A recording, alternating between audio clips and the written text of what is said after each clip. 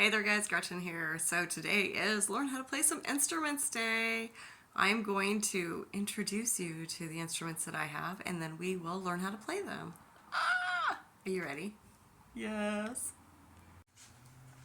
Okay, so here we have a Shaman drum, collection of ocean wave drums, chimes, crystal bowls, Tibetan bowls, more crystal bowls, Tibetan bowls, steel tongue drum, another Tibetan bowl, frog, Dharma cymbals, rain stick, rattles, and an indigenous North American flute. So before we get going with all of those, I do want to invite you guys to get a travel bag for your mallets and then an at-home bag for your mallets.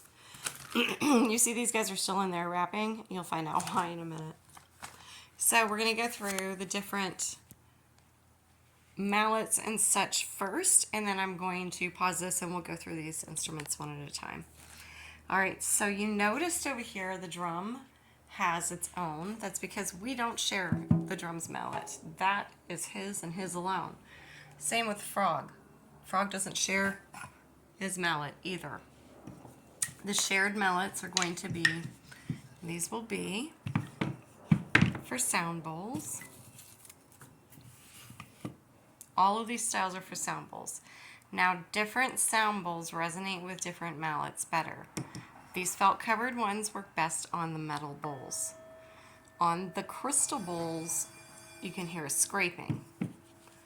These rubber mallets don't do a fantastic job on the metal bowls, do an amazing job on the crystal bowls. So different mallets for different bowls. And you'll see that they have different lengths of felt on the felt ones because the bowls are different size, and you're probably not going to need felt that encompasses the whole bowl. Then you have the mallets that come with your bowls usually. So these are just like paper rolls covered with a thin layer of felt. Ooh, apologies.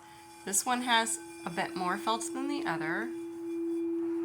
Still a little more scrapey. This one has a finer one, and you could hear that scraping. Sorry about that. Your bowls will also tell you when you've overplayed them. I have a feather. The feather is for the chimes. Like air blowing through chimes, air from the feather blowing through the chimes. You can hear the difference between that and, because you can hear that thunk, thunk, thunk. And this is a nicer, softer sound, a more natural sound when you're offering your sound baths. So a beautiful feather might be better. Now this mallet has this hard plastic thing. I've not found a use for him. He doesn't work on the steel tongue drum at all. He doesn't really work on my sound bowls either. That's why the rest of those mallets were in the basket. Okay, so this and these are for this guy, for the steel tongue drum. So the steel tongue drum, you can either use these one at a time or you can use these two at a time. They work to give you a more resonant sound if you do it two at a time.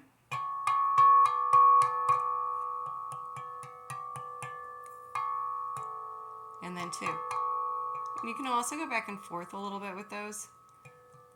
I'm holding my phone to do this, so apologies. And then with these, you just slide them on your finger. So they're on your fingers, a little patted side down.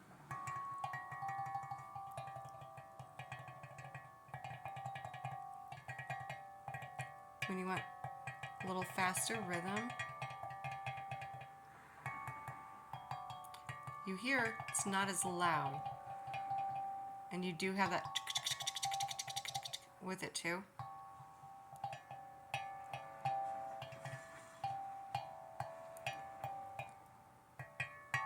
As opposed to when you use the mallets. I'm going to try to pull these off with one arm, one hand. Now, the mallets, I do honestly prefer them separated because I don't usually with my With my sound baths, I don't usually have them together.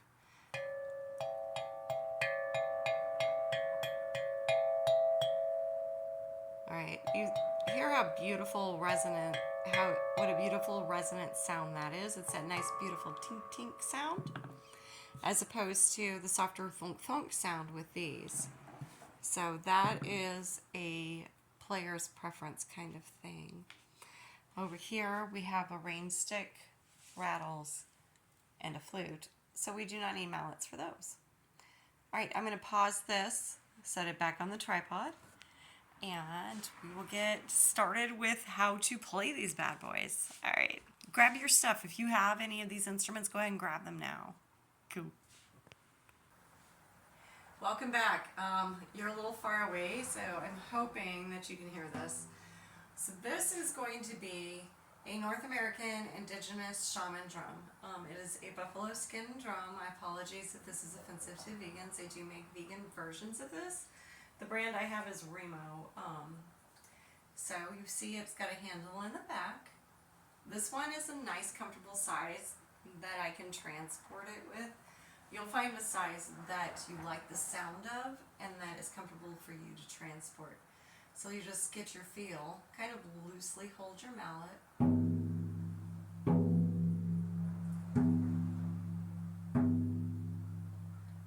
Just, one thumb. And then double it. So you can just like bounce it loosely.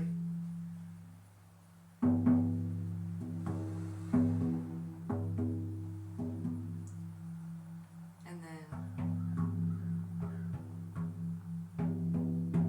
let it glance off. And then just kind of intuitively play. I usually invite people to intuitively play. I know there are songs, but we're doing vibrational healing, and your body should really be more the music that you're playing. Anyway, that is our shaman drum, our buffalo skin shaman drum. The next in the drums that I have are going to be these ocean wave drums, and you see I have 3 of these.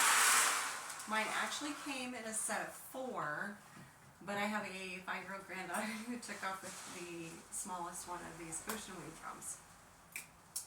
You can hear the difference in the size of the drums. So this is going to be the smaller one, and you're just going to play these by closing your eyes, listening to it, and creating the sounds of the ocean waves itself. That was the smallest one that I have left. Then I have the middle one.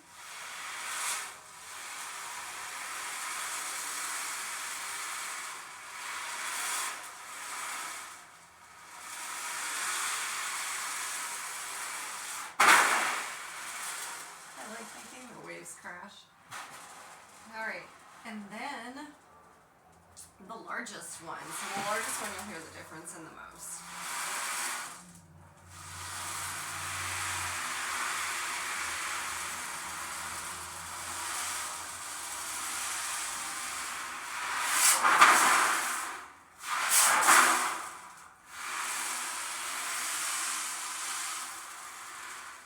These are super helpful for when you're trying to get like a sounds of nature sound bath going, or get those water sound baths going. So that's going to be super helpful to use that, like maybe rain stick, something along those lines. I had to get a drink of water, guys. I've been doing a lot of talking and I'm losing my voice.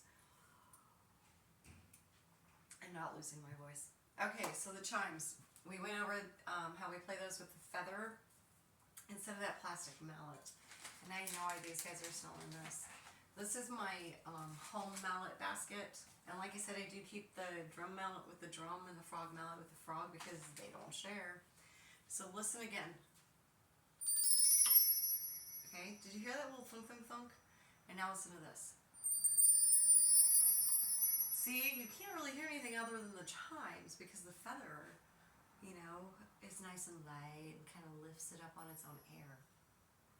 So to play the chimes, again, you're going to play it intuitively, and you're going to get a really good feel with this. I've had people in some of my sound baths say, oh my God, it sounded like you were playing like 70,000 instruments at one time. Because once you get you've established a good relationship with your instruments, they will keep playing for you after you've sat down the thing you've played with them, and you can add to it. You don't have to do the entire chime scale each time. Sometimes you'll just do one or two. Sometimes you'll pick them out of the middle. Sometimes you will want, a harder mallet. Like I said, I don't recommend those ones with the plastic things. These like rubber mallets are much better. But you can see, still a really nice sound, and you don't really hear any of the thump, thump, thump that we get from that hard plastic. All right, so we've done the North American Indigenous drum. We've done the ocean wave drums and the chimes, super easy. Let's keep going on these easier ones. We'll get to the bowls here in just a minute. This guy, I love him. He's pretty unique. He's a little frog, right? Can you see him? See, he's a frog and he's got a stick. I'm going to walk around because I don't know that you can see him super good. See him? Isn't he cute? So the 5-year-old granddaughter, we got her a smaller version of this. This is how you play the frog. You take his little stick out. Not like that. Isn't that cool? It kind of sounds like a frog. Again, when you're doing those more natural sounding, if you have the frog, and then maybe throw in rain stick, you got that frog going, you got that rain stick going, and you'll learn how to do things with different parts. I have learned how to kind of flip a rain stick around while I'm playing my bowls. You'll get your feel, because your instruments do literally become pieces of you the more that you play them. But the frog is very nice, and sounds of nature really help that stress mind. If you're creating a natural sound bath, or one of those sound baths, you're crafting a sound bath specifically to really lower those the overproduction of those stress hormones that are secreted in the HPA axis. These natural sounds like the frogs and the ocean wave drums are amazing for that. Okay, we also went through the steel tongue drum a little bit. With that one, I do like to incorporate it between while I'm up in the higher things, and I'll do these like pretty groupy. So you'll do the high tingy things, the ones I call the high tingy things, the bowls and all, the chimes, the Dharma chimes, which I'll get to that in a minute, and the steel tongue drum. And then you have the really earthy things, the drums, the ocean wave drums, the frog, the rattle, and the rain stick. That flute kind of floats between both of them. So I like to play these when I'm in that tingy mode, and you'll get into your flows. Sometimes you'll be more earthy, and sometimes you'll be more tingy. It just honestly depends on your energy vibe and what you've got planned for that day. So with this, you just go and you can play. Now the notes do sound better when there is one between. Two between. It's okay. Right next to each other can be a bit much. And also when you're leading your sound baths, don't forget to let your guests know at the beginning if any of these sounds get to be too much, especially if you're a gong player or any of those really big Aboriginal didgeridoo players, to like put a thumbs up kind of thing. I've had a couple of them put thumbs up because that sound vibration was just too hard, and I just pulled it back a little bit, and everybody had an enjoyable experience.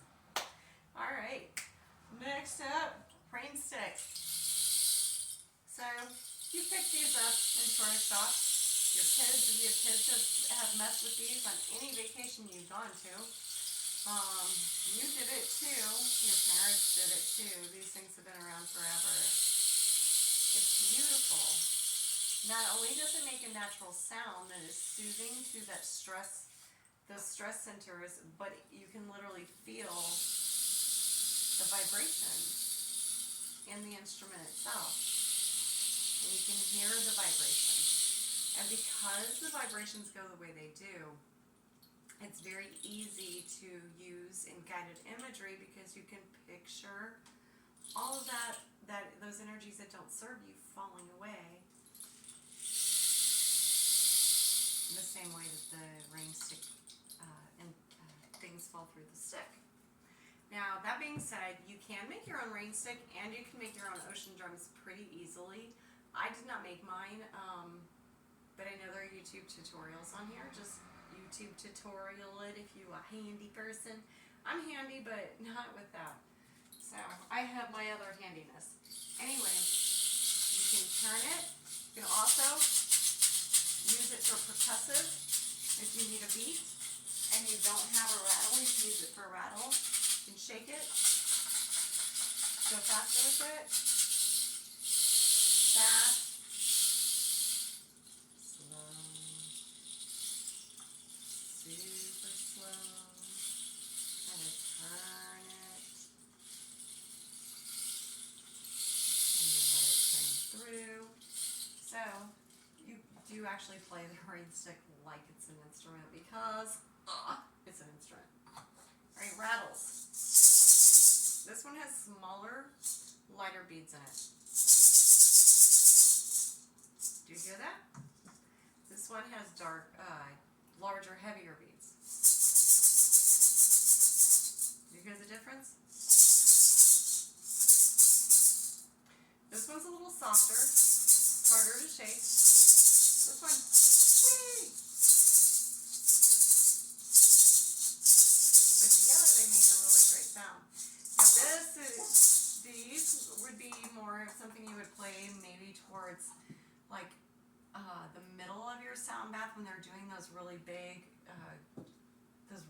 chakra releases. Like I said, the flute does kind of float between. So this is a key of D. It's a pretty big flute for someone my size. But this is for your, I want to say heart chakra. And that's the other thing. The crystal bowls can be attuned to different chakras. The Tibetan bowls have precious metals in them. So, the flute. Sometimes I have problems, so if I squeak, I apologize.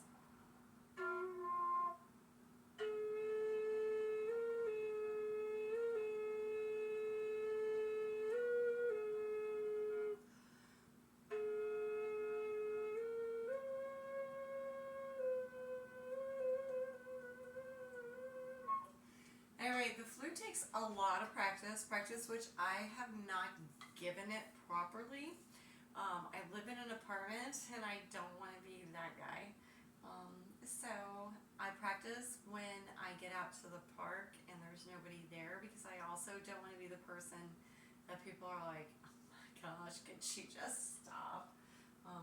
My youngest did that to me when he was a baby and I would sing happy birthday to Mommy, please stop. Anyway, I don't want them to do that with me with the flutes. These are the Dharma Cymbals. Cymbals, C-Y-M-B-A-L-S. So, cymbals, pretty easy. People think cymbals, which is fine if it had handles on it and they were bigger. You can kind of do that, but honestly, you should just do this. And you'll learn your feel on these too. Now these cymbals, they can get to be really loud, so you learn your cymbals, their weights, before you do your first sound bath after you've purchased them. They can be pretty heavy, and if you haven't learned what they like and what they don't like, it can be very abrasive and very startling for a guest of yours at your sound bath, and that will not be an enjoyable experience. Alright, I'm going to rearrange these. I'm pulling my smaller bowl towards me because I'm going to need to be closer to it. I don't want to be stretching. You're going to find a position that is comfortable for you with sound baths. In the past, I've sat on a few yoga mats and played sitting down, that is not comfortable for me. Comfort for me is standing at a table. So that's what I do. You need to also make sure that you have room between your instruments for 2 mallets, because what if you're playing these two next to each other and you keep running into each other, the vibrations on both bowls are going to stop and your sound bath will not be super enjoyable. The other thing you need to know is the vibration needs to get from all the way around the bowl, so it can't be flat on the table. You also don't want it wobbling around the table, as these instruments can get to be expensive. So you have these little gaskets, these little O-rings, they're just little rubber O-rings, and you just set it right on top of it. And these smaller ones often come with a cushion, so it just sits on top of that. Unless you get really spazzy, like really into it, then get an O-ring for those too. Alright. A couple different ways to get these bad boys going. So, you can strike it and carry it around. It makes that beautiful vibration. And then tink in between, carry it around. You'll learn to where you just play half. Now with these metal bowls, you can play them 2 ways. I mean, I've seen full sound baths where they just...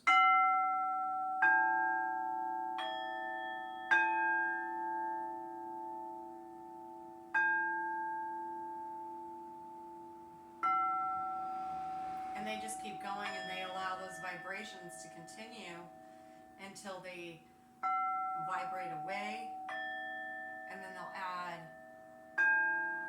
another vibration to it, and that one's vibrating pretty soft now, and then they'll add that to it. So I've seen complete sound baths do that. Not my favorite, but my favorite is literally the gong sound bath, and I do not have a gong.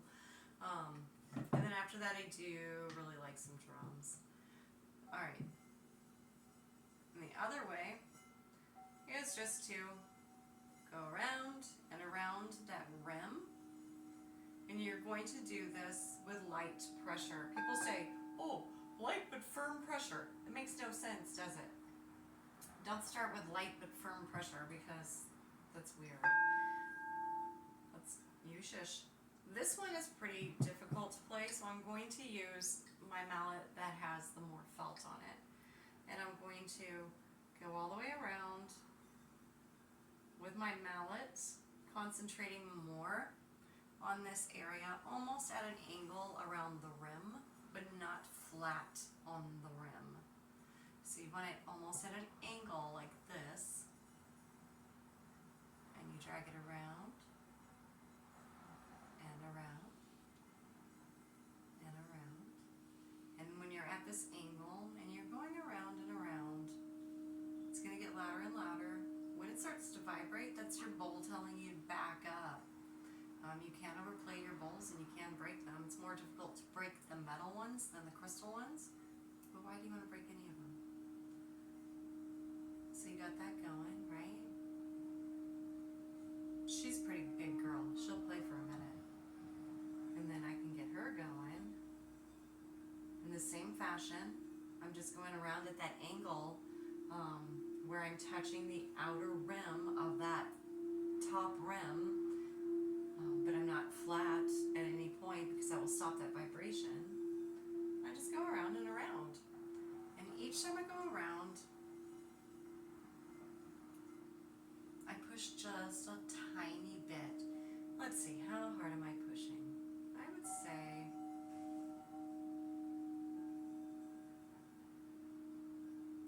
okay, have you ever stress written anything? When you stress write, that amount of pressure when you're pushing with the pen, unless you're tearing through the paper, then clearly you're pushing way too hard. That's about how hard you want to push. So you don't want to tear through the paper. A little bit lighter than that. Yeah, at that angle. Right. Now the crystal bowls, you can go around almost halfway down and get the same result. You just keep going around and around. And with this, I am holding the mallet lightly in my hand. I'm letting this rubber mallet, which has got some weight to it, have its own natural weight. And I'm just pulling its natural weight around at this point. And it came off the bowl, so now I'm going to push and just slightly, very slightly, barely touching it, just dragging around that heavy rubber mallet. Okay. These you really want to pay attention to when they tell you you're overplaying them, because they will break. You can go back and forth. You can do just a little half thing. You'll find which bowls of yours are easier to play and which ones are more difficult to play.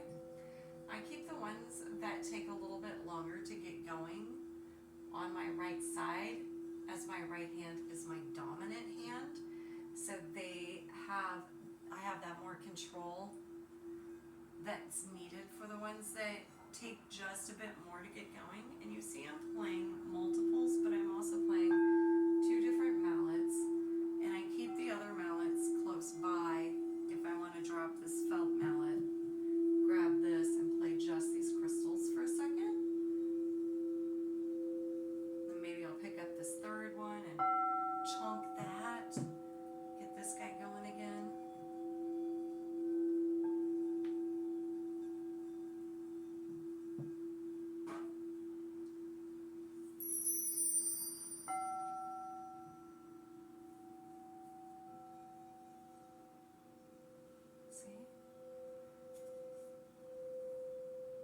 And then if you're going to do any of those like really earthy sound baths mixed in with your bowls, I would start soft.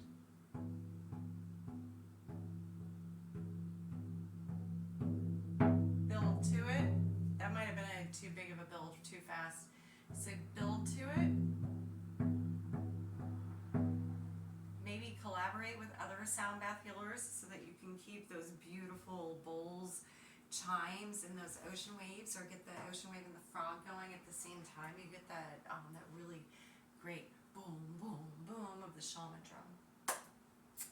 Awesome sauce. All right, so that's how to play shaman drum, ocean wave drums, chimes, crystal bowls, Tibetan bowls, the frog, steel tongue drum, Dharma cymbals, rattles, rain stick, and North American Indigenous Flute in the key of D. I hope you enjoyed this video. If you did and you'd like to see more, you know where to find me. Just hit that subscribe button for me. And if you want to talk to me, I am live for members only every Sunday. Until next time, namaste.